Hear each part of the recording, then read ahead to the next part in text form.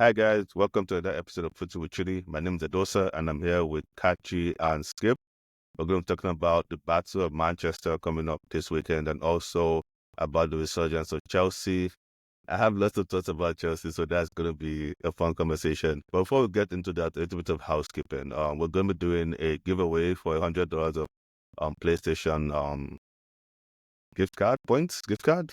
Yeah, and all you have to do is predict the right score or the right winner or result of the game for game week 17. So those are the games happening on December 21st and December 22nd. The deadline to enter is December 20th, and you have to be a subscriber on YouTube and Instagram. Our Instagram name is Foodie with Chudi. That is Chudi with a Y, not I. You need to DM your answers and be following both on Instagram and subscribing on YouTube in order for your result, for your answer to be taken into account. So when we have the winner, we're going to let the winner know by DM and we'll get you your PlayStation gift card. So looking forward to predictions. Just predict Arsenal wins. It's an easy way to actually, these days, we're not sure anymore. Predict Chelsea wins. Chelsea winning the league, apparently. So yeah, so we'll get into the podcast today. So speaking on Chelsea, which seems to be like the first thing we do every day. Skip, how are you feeling about the title challenge? We are just a chill club. We're just chilling. We're cool and we're not in any title challenge right now. We're just having fun and we are just enjoying the season and we're just taking it like a game at a time. Next week against Brentford, that's the most important game in our season and that's how we look at it weekly. Yeah, but we're enjoying this and long may it last. That's such a fraudulent answer. I said before it was important. Okay, like let's be serious. So like, is it possible to detach the amount of money spent from the performances that we're seeing, right? To be honest, like few months ago, like 3-4 months ago, everybody was saying, "Oh, $1 billion bottle job, whatever." Like the money is and the performance, there's no correlation. That if you buy players, that doesn't guarantee you success. That even whatever. That is what everyone was saying. And now we're playing better, and now there's a correlation. So I don't get what you guys want. Like the narrative about Chelsea is changing so fast. Like the last time I can see a narrative change of this part was when Bruce became Jenner or whatever his name is, the Kardashian dad, when he crossed over. That's like you guys are changing the rules. Yeah, okay. Chelsea, you spend money, but you still can't perform. Money doesn't do anything. Okay, now we're playing well. Now his money is buying you. Again, stick with one narrative. I'll be okay with that. So yeah. I mean, you're speaking to an Arsenal fan. I can tell you for sure that narratives are always changing. Whether or not they're justified. But like again, realistically though, last year was an underperformance for Chelsea. Can you agree on that? Yes, I said it. And that's why I was like Pochettino out last season. And I'm like, because I know this team is not that bad. They just need a coach that can actually put the team together. And they should be performing better than. But I wasn't expecting this. Sure, I agree with you. I don't think anybody was expecting this. Kachi, do you want to come in and give us your thoughts on what we're talking about so far? I think with Chelsea, narratives have been changing, but I think for me, I stick to where I am. I think they're definitely overachieving. Right? Chelsea are kind of like, how do I put it? Chelsea are kind of like the competitor. Like if you can liken them to a boxer where you made it to the finals, so it's like nobody expected you to be there. Yeah, you come from a rich family, but that at first people are like, oh, money doesn't guarantee success. But now we want to blame it on the money. For me, you have to give the coach the props, man, to come into a squad of almost 50 players. Guy sticking to his gun and picking, okay, these are the players I'm going to work with. Obviously, I think they're also being helped that they're in the Conference League, where in the sense that even the second 11 that they play don't even get stretched that much in the Conference League. So to me, the Conference League is pretty much like a bona fide training session for their second 11 that don't get to play in the Premier League. But I give Maresca all the props because when it was not going right, we were blaming the board and saying that Maresca is over his head. But now that Maresca is getting a hold of the situation, Chelsea has only lost one game and 2 draws. So nobody can ever say, I don't think there's anybody that would have bet even Chelsea being in this, 2 losses I don't think anybody would have bet Chelsea being in this position at this point in the season, but it just happens that this is where they are. But then Chelsea are one of those teams, at least for me, they are one of those teams, I want to say in the last 10, 15 years, where it's like you don't want to let them keep creeping up and saying, oh, we're not in the league title race. We're not in the league title race. That's how they'll be going. We're in March. You enter March. People will say, oh, they're not in the league title race. The year Leicester won the league, everybody kept on saying, not to compare them to Leicester, but the year Leicester won the league, everybody kept on saying, oh, no, they will drop out. Oh, no, they will drop out.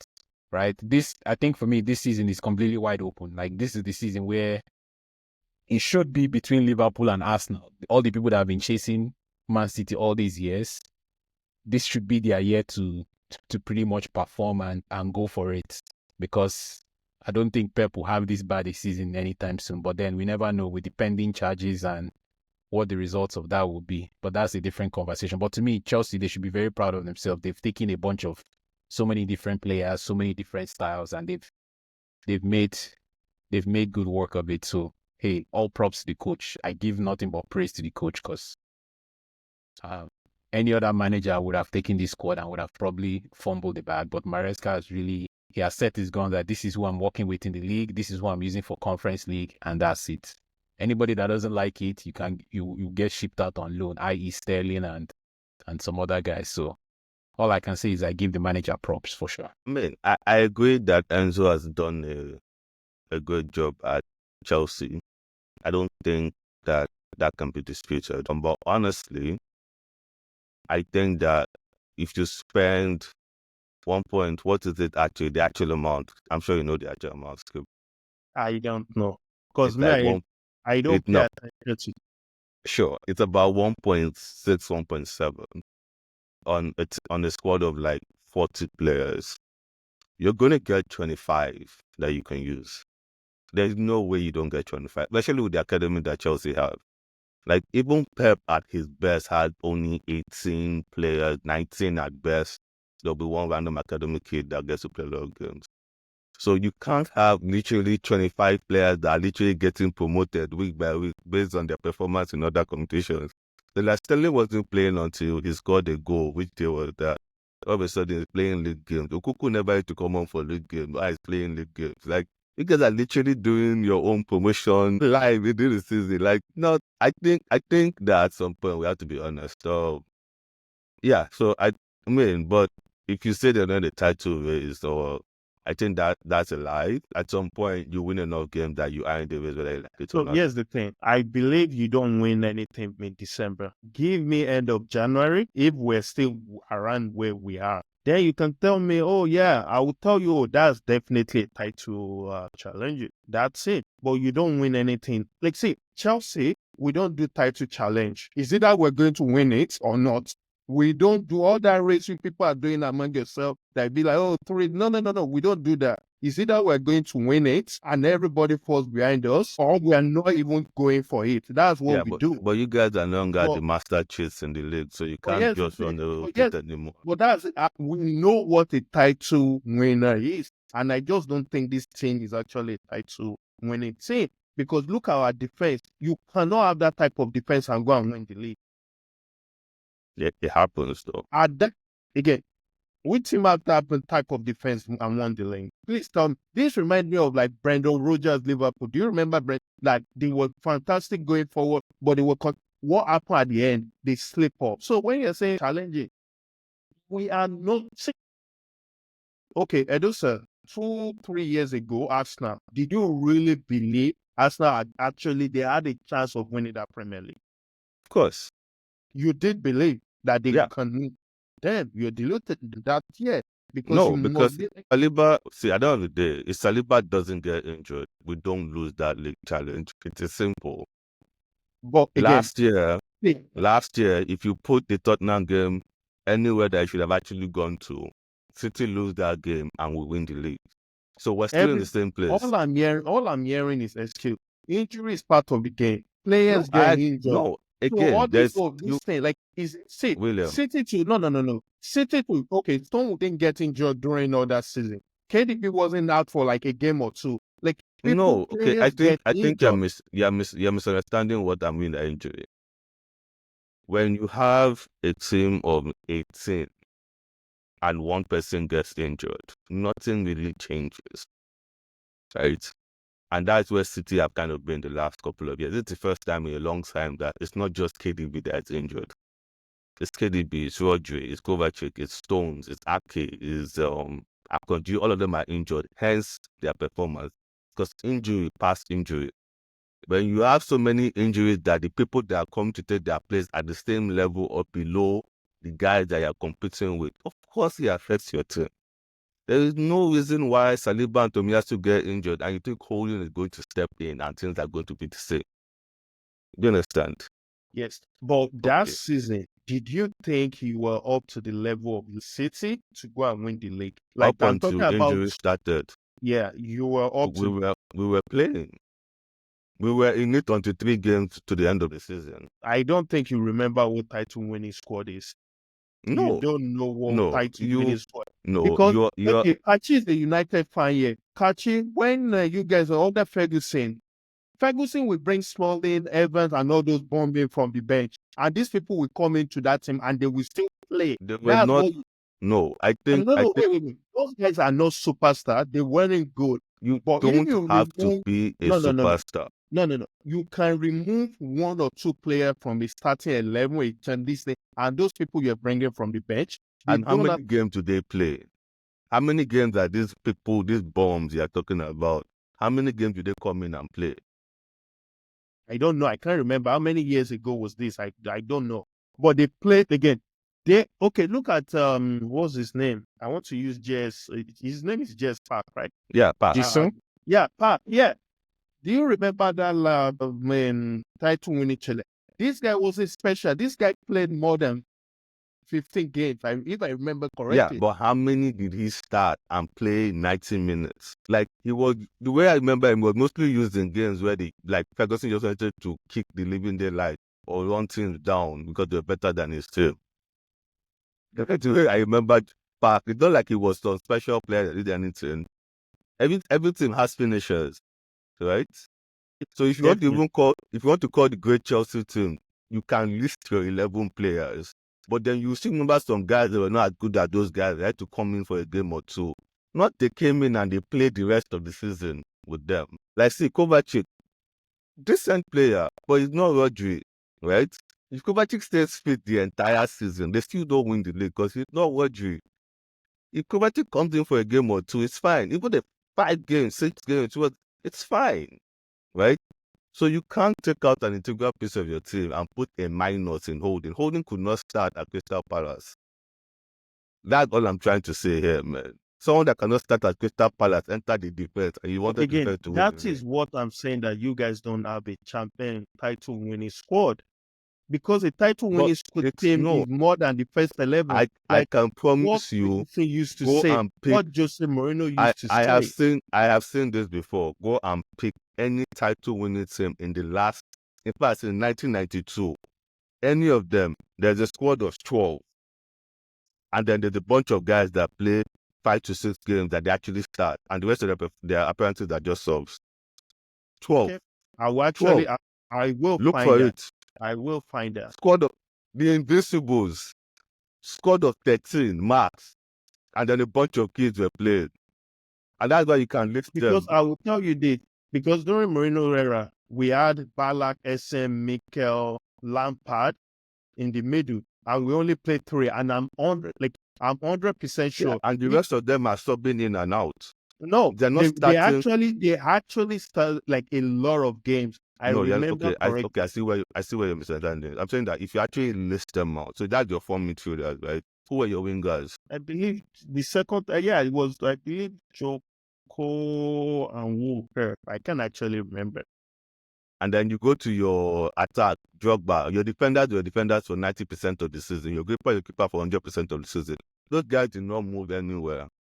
Yeah, but I'm saying, my argument is, to just round this up, my argument is you need a winning squad.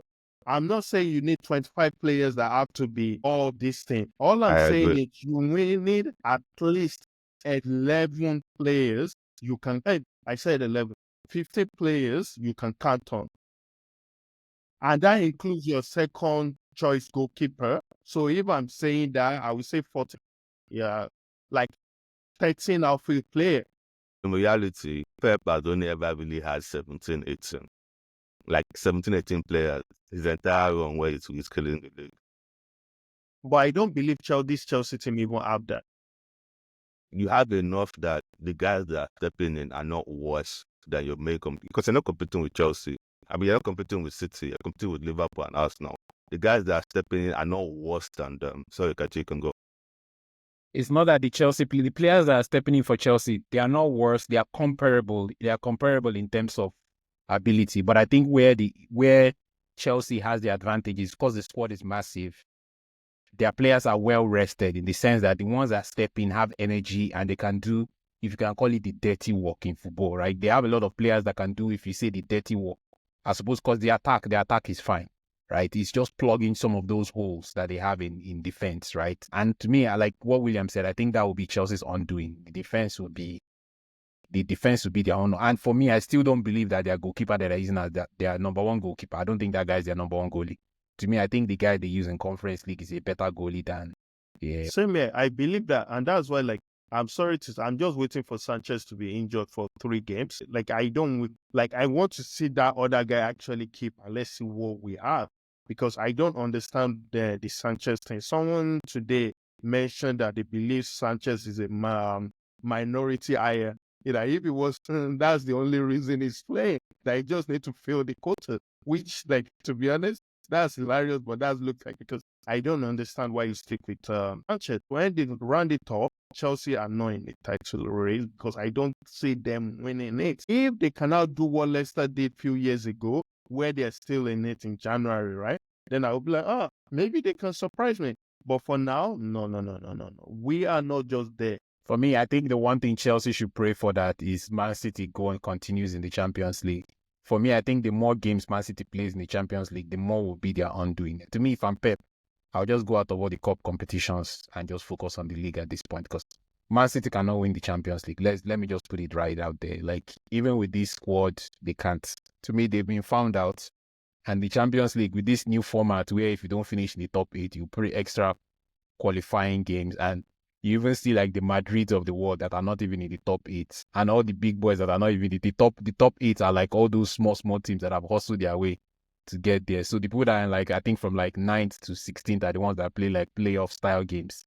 So I think for me, if I'm Man City, just go out of all the cup competitions, respect yourself, get your Rodri that you've been hoping to come back, and try and push to get some runs together. But for me, if they stay in the competition, which I think they will do, it won't end well. I mean, I'm pretty sure Pep is not going to listen to you. I hope he doesn't listen to you. Just keep on winning that Champions League pin. Let's see how it goes for them. But yeah, okay, fine. My conclusion on Chelsea is that they're in a title race, but I think 11 people usually run a 100-meter race and only one person actually finishes. So I don't think they actually get to win it, but they're in a title race. Otherwise, there's no race, right? Because it's just one person. What are you running with? The title hunt. That works too. Or again, Edosa, do you believe Arsenal are stronger than Chelsea? Do you think Arsenal will finish above Chelsea? Are we talking about full strength or the way we are now? Which one? No, Arsenal should of Chelsea. No. I know.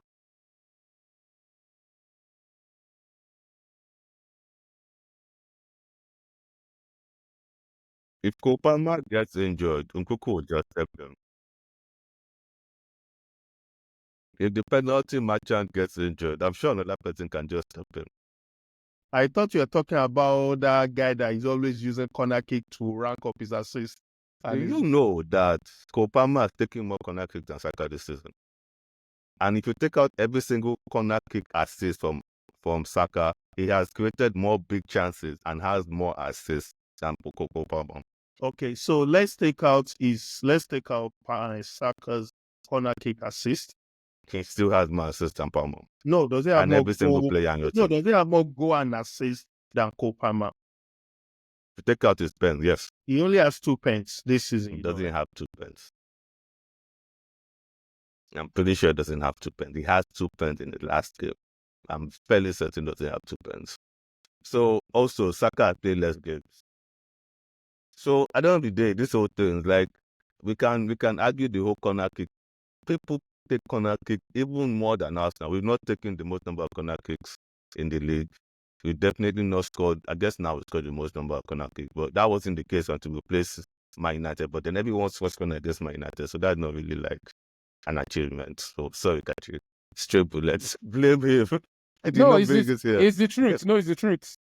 Okay, It's the as I truth. like you, Kachi. You're honest. But at the end of the day, like, that was that's not my business. Tell your boy to perform against serious teams. It's not me that is controlling Palmer. But yeah, so let's put the pin in Chelsea for now. I'm sure we'll have many opportunities to talk about them in the future. So the Battle of Manchester. Who flopped had it? Is this going to be Pep? Is it going to be Amorim? If you're a betting person, this might be like the worst game to put your money on. Because like, what do you even do? Kachi, I'll let you tell us how you're feeling. We're here for you. Talk to us about this game. You know, the funny thing, this is probably the first time I've had a hope in a very long time playing Man City, probably since the Ole era, in the sense that this is probably Man U at their most unpredictable, scrapping the last two games. But also, this is Man City at their absolute worst, right? In the sense that this is probably Man City at their worst since Pep's first season. So for me, I think this is one of those games where Man U needs to exploit the wings. Like Kyle Walker, I honestly think the guy's legs are done. Like the guy's legs are done out here. Like there's no way.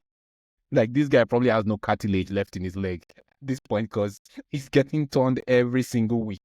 And to me, if this is the game where the Man U wingers, Ahmad and I don't know if we're going to play Rashford, but that one is a different story. But for me, I have hope in this game in the sense that I could see Man U either losing by a big margin, or I could also see Man U beating City by 1 goal. That's how unpredictable this game is.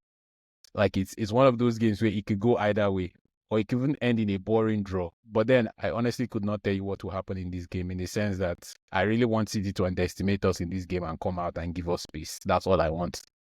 And let's play sensible and let's park the bus and do counter-attack football. Let's not do we are the bigger club in Manchester, we are heritage. No, let's respect ourselves and play to where we are, play our position in the table.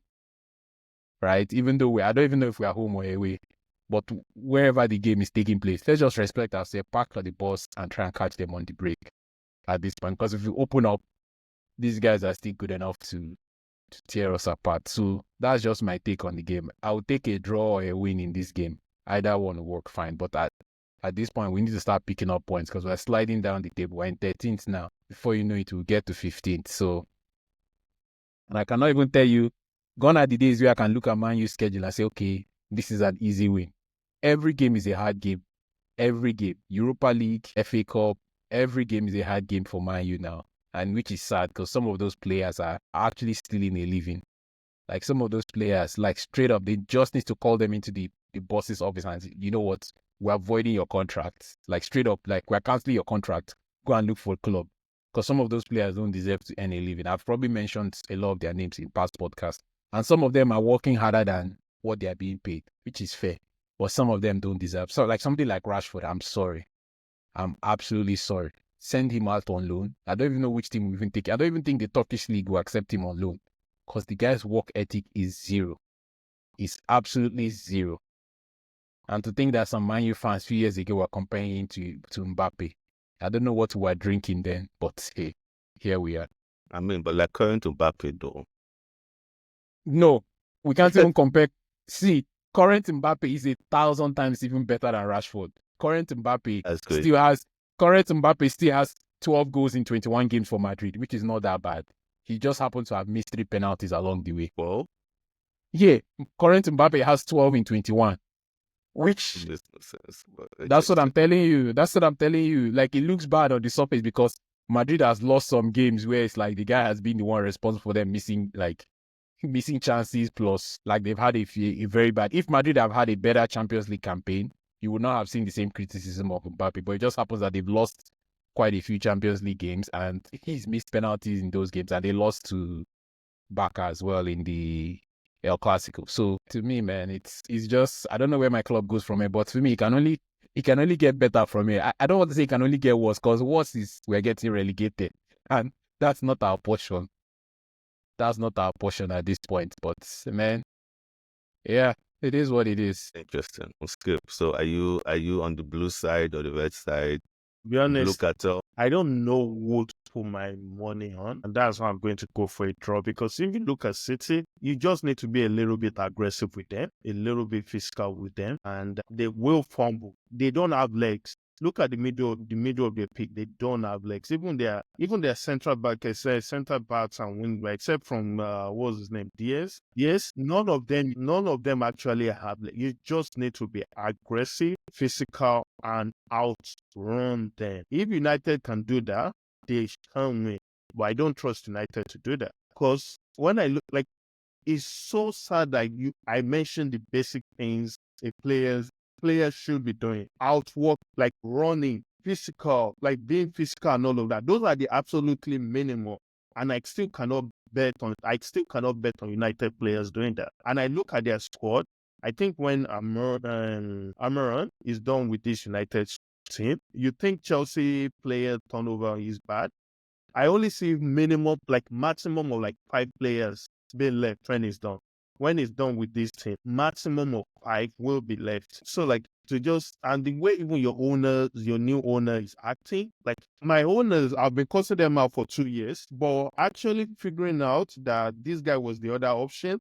Now I'm thanking God. Like, how can how can you come out and basically say you don't care about the female team? This guy came out, and now everybody will be like, oh, they scrutinize United the most. Let any other owners of top team go say that outside. Let me say, oh, let any you come, like, you don't have shame. You came out, we don't care about the women's team.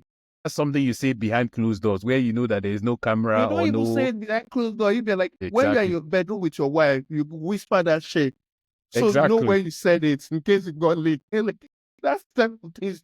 Like, you now don't say it like, I'm not like, yeah, like, I'm so ashamed of that guy. And like the other thing, like laying off some of those staffs, like these are some people that their whole like their dream job is basically working for United.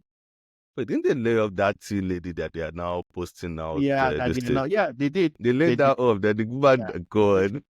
There are some things you just swallow, even though if it's bad for the club, you just swallow certain things and you just be like, yeah, this shit just look bad. It looks bad. But like, and I'm looking at it and I'm like, yeah, you like, and also the director of football. I remember when Chelsea, they didn't fire their own. No, this guy said he's leaving because they didn't listen to him.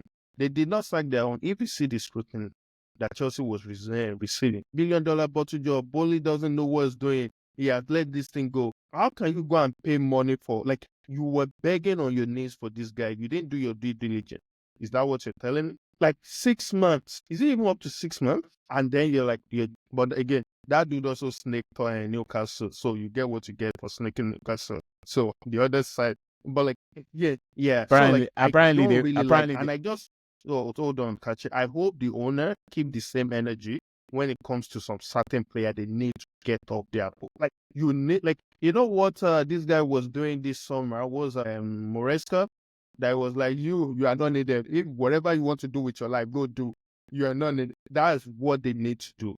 Because there are some players that shouldn't be wearing United jerseys. They have no right wearing. And again, a year or two ago, we were having this conversation. Will you rather let Rashford go for free, or you will renew that contract? I told everyone right here, let him go. Sometimes, like, the best decision is actually notice. Just let it go. United is not good for Rashford's mental state anymore. And Rashford is not good. Like, just let this guy go. You didn't spend money on him. Let it go.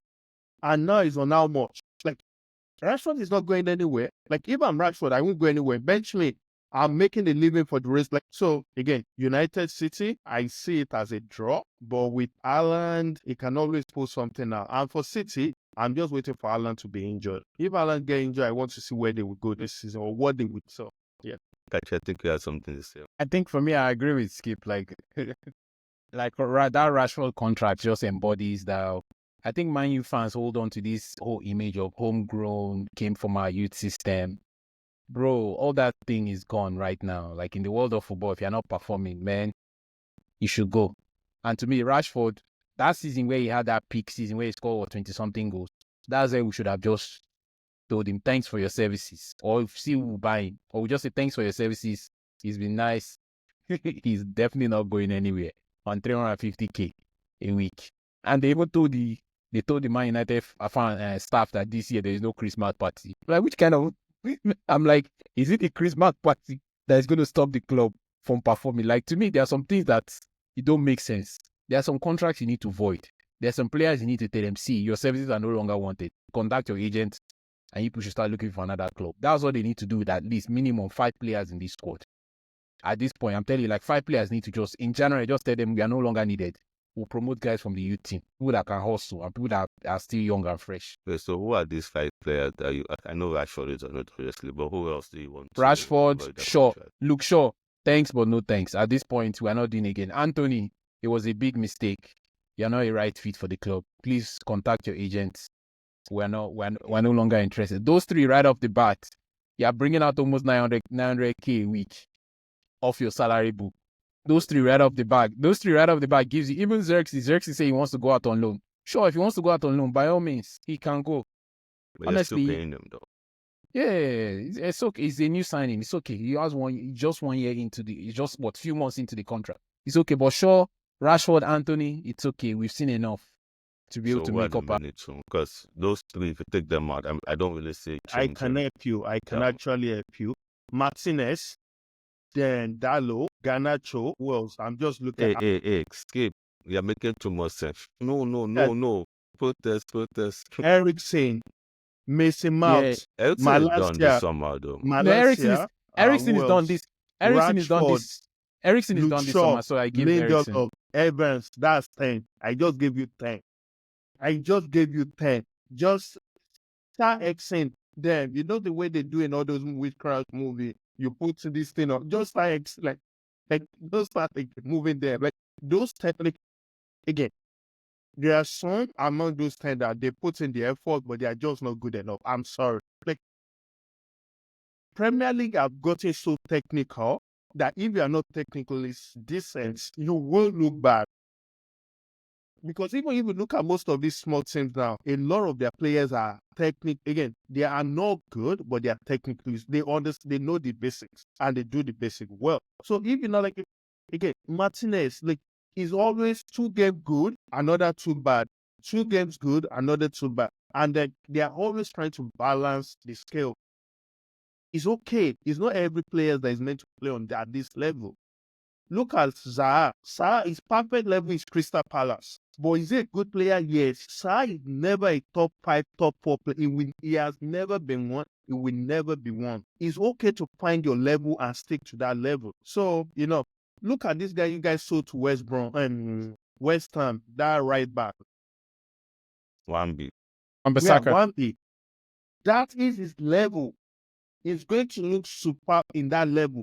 Take him to this thing, it will never look good. It won't look good. Take him to a higher team, it will never look good. We need to understand this. Again, that doesn't mean that doesn't mean he is a bad player.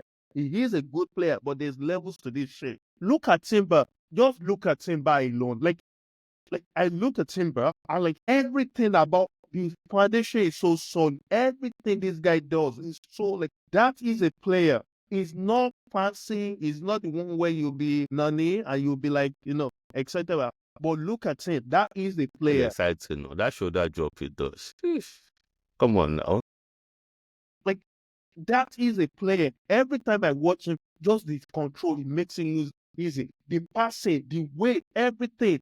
Go put what's his name again? Wan-Bissaka there.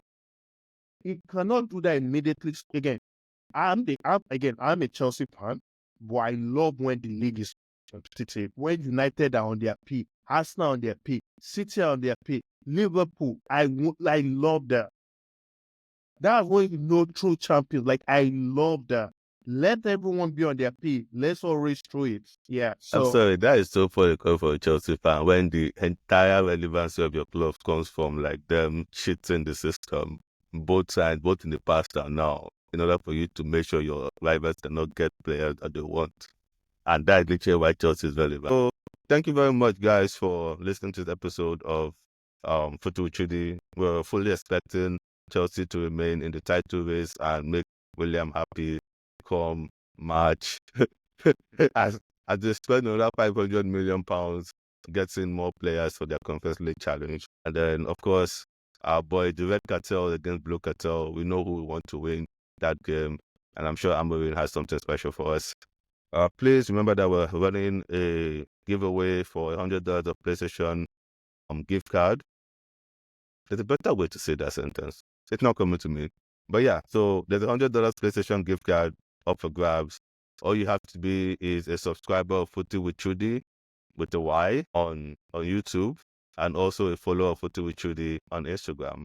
And all you have to predict the right score for 3 points, the right goal difference for 2 points, or just the results for 1 point. DM your answers to Footy with Trudy on Instagram, and the winner of the result are going to get the card. So we're looking forward to your petitions, and yeah, we'll see you in the next episode of Footy with Trudy. Thanks, guys. Bye.